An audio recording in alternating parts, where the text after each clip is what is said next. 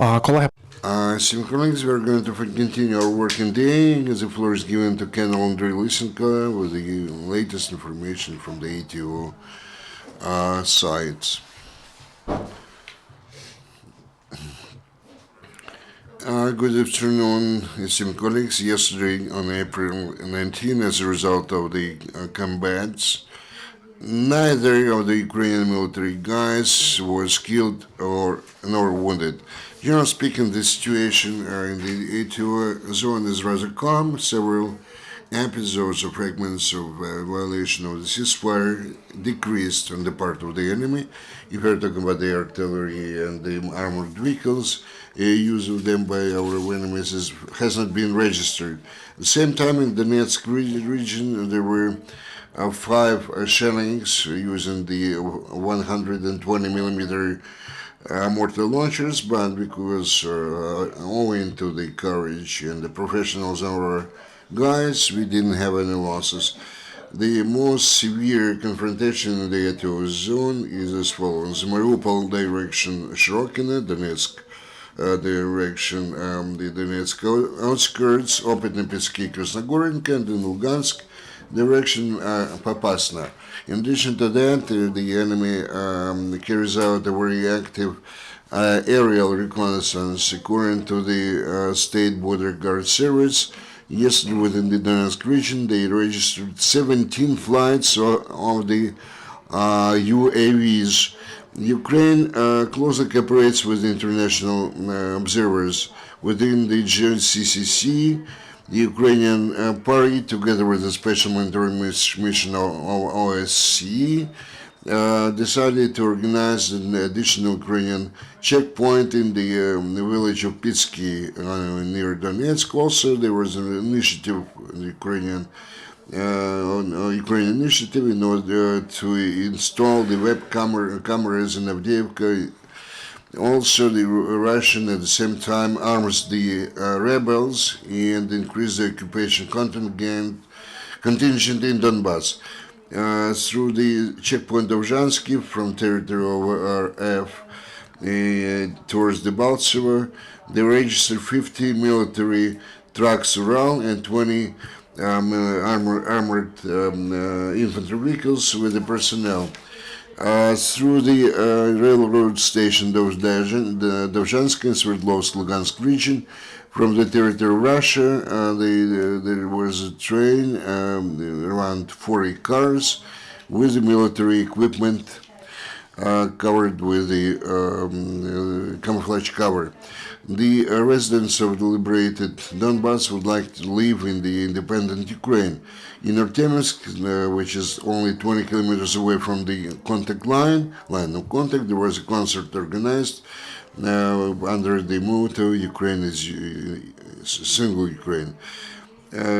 Special gratitude went to the personnel of the local hospital, because less than for the year period of time, they provided medical assistance to over 3,000 wounded.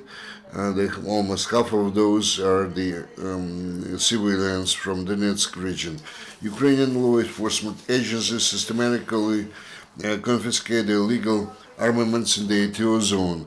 On April 18, they actually seized 3 Kalashnikovs, 120 cartridges, grenades, hunting rifle, and hunting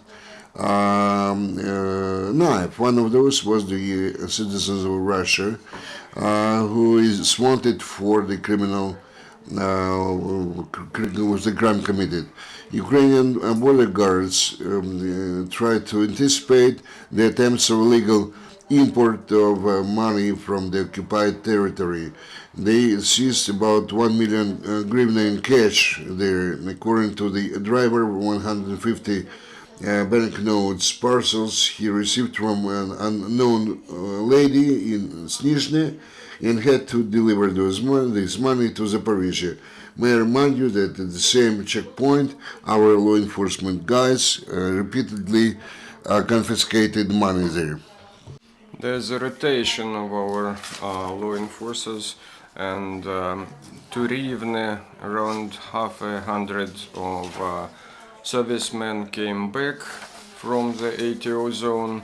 The policemen came back in full payroll with honorable served in the army.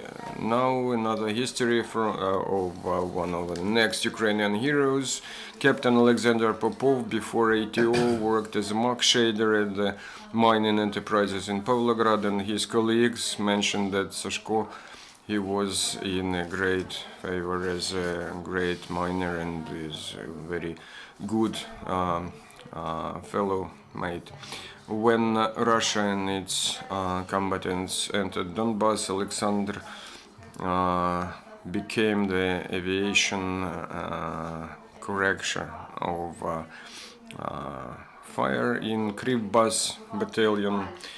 And he trained a lot, and he was a very brave military officer who always was ahead of his men. And in January,